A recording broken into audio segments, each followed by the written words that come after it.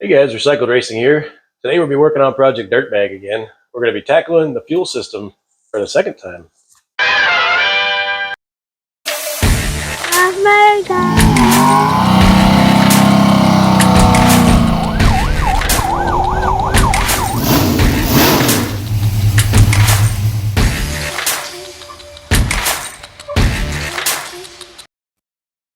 So a common reoccurring theme in this truck is once you do it, you got to take it apart and do it again.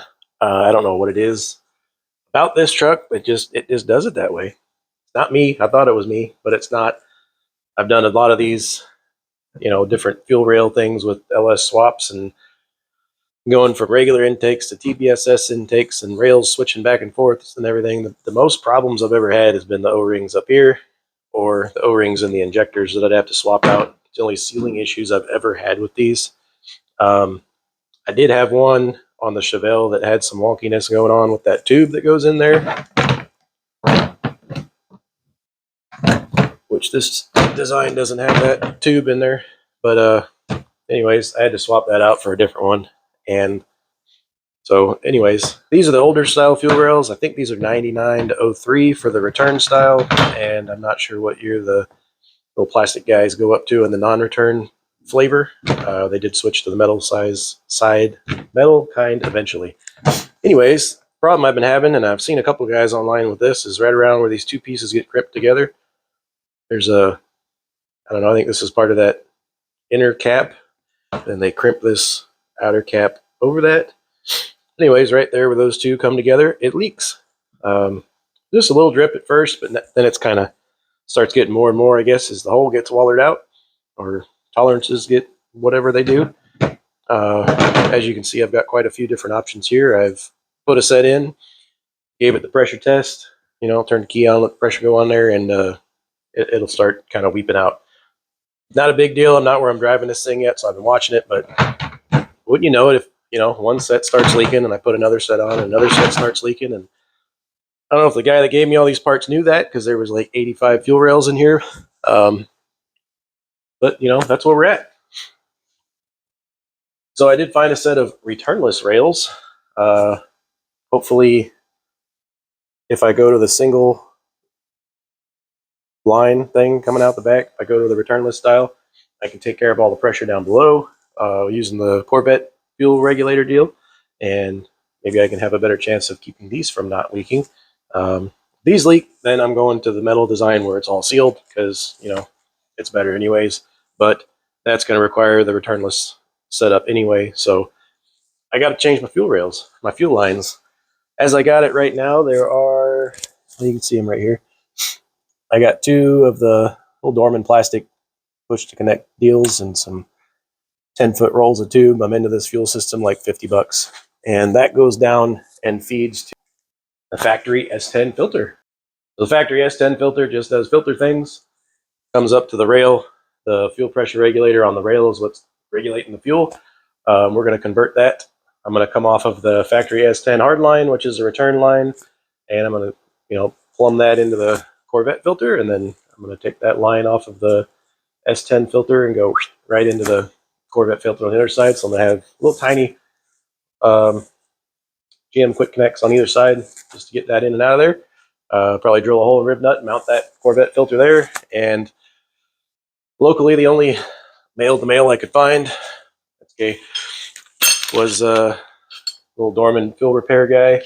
I do have a brake flare kit that does this GM push connect fitting thing, but I currently have a piece of tube stuck in the hole, so I can't use that. So we went with this. This is way too long. I think we've met that guy before in my last video, but we're gonna make it work. So let's get into it. We are the passenger or driver's side frame rail. All these lines coming in, VAP and all that crap. Not using it, but that's the fuel filter. We're gonna keep that. I don't know why, just because I'm lazy. I don't want to make more lines and stuff, and I don't have that connector. But we're basically going to come off of these guys here. Going to snip on those and press on some other connectors, and somewhere right in there-ish, I can get my light shining in there. Somewhere right in there-ish is where my new fuel filter is going to live.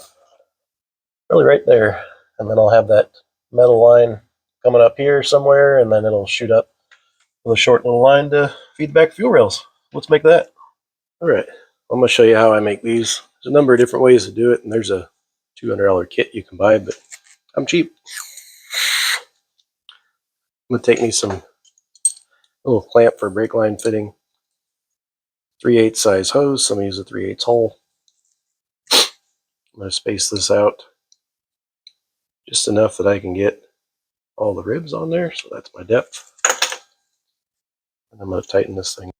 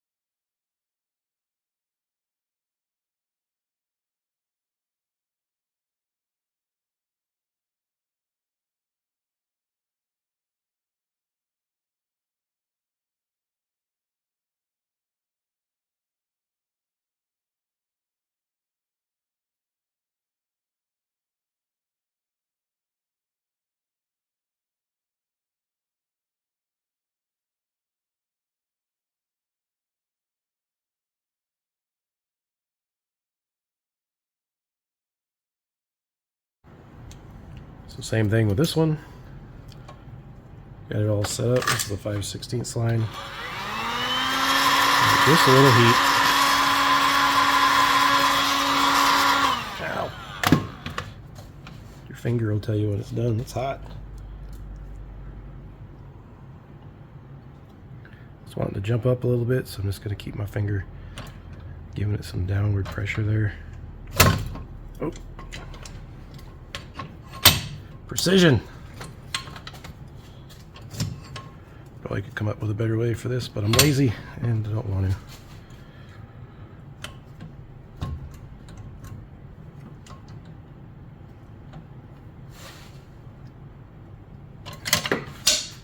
There we go.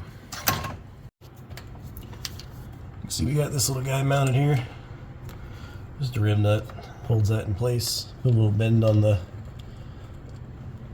whatever that line is, hard line going up there. And now we're just working on these lines here.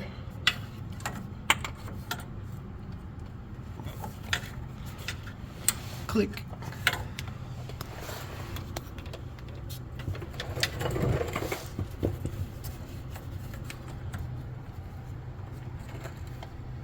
One day that'll focus.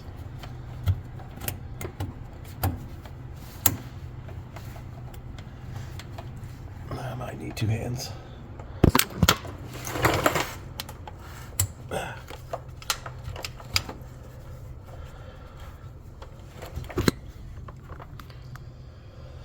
All right, so now we got that in there. This little guy can rotate up just a little bit. I might put a clamp on that to hold that in place. It follows the frame rail pretty nice, and then I can clip on the single 3/8 line. This is why I like doing this stuff with the OEM parts. I thought I had two of these somewhere in a drawer, and I didn't. So, you know, just get in the truck, go down to the local auto parts store, $9.99, and I got me two of these little connectors. Can't do that with AN fittings. You can't do that with all that special crap. When I'm designing and building these, I try to make it so I can go to the parts house and get the parts I need instead of relying on mail order. I know Summit and everybody has great shipping, but I don't want to wait that long. Can't beat it. So let's get this made. One last step I like to do when I know this is passing by the exhaust, I'll get some of this, I think this is fiberglass heat wrap stuff, put it over the line, seal it with some heat shrink on the end. Just gives it a little bit more abrasion protection and protects it against the heat because it is just a nylon fuel line. So that's our main feed from the regulator up to the rail. So let's get that installed. All right, get that satisfying click on there. All the injectors are in, not plugged in, but we're just checking for leaks right now. And we're gonna cycle the key and see what we got. Might take a couple of key cycles.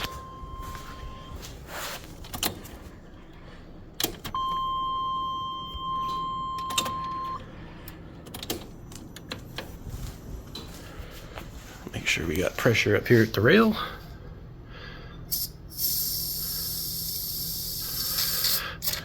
Got some fuel getting up there. There's still some air in the lines.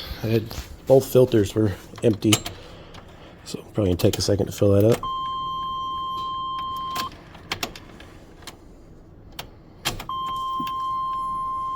There we go. Now we can hear it. And not feeling anything yet, which is a good sign.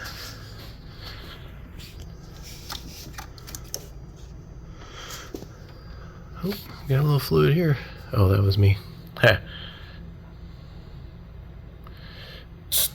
Probably should get a gauge on here at some point and check my pressure, see what it actually is, but that is holding.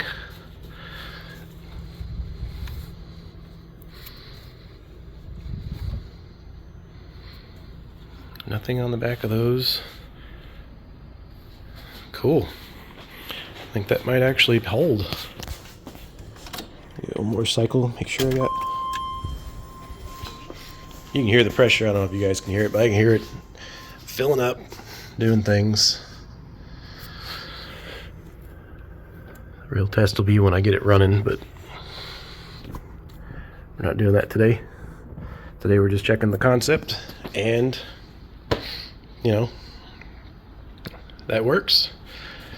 I did have to cap off the this intake had that fuel pressure regulator vacuum hose, so I just unplugged it off what was the vacuum hose and put it on this bolt here, and that's gonna work great.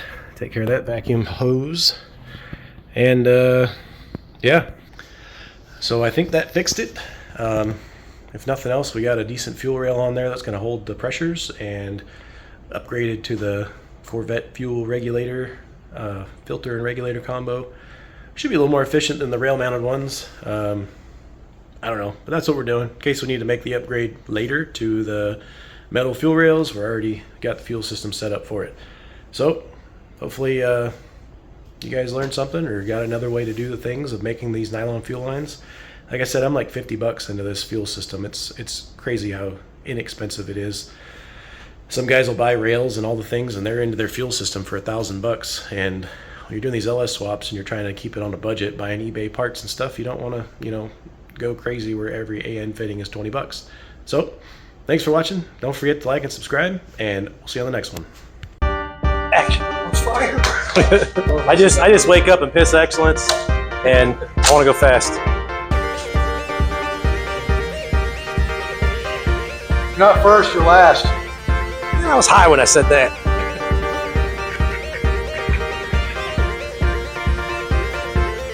Did real good. Car ran real good.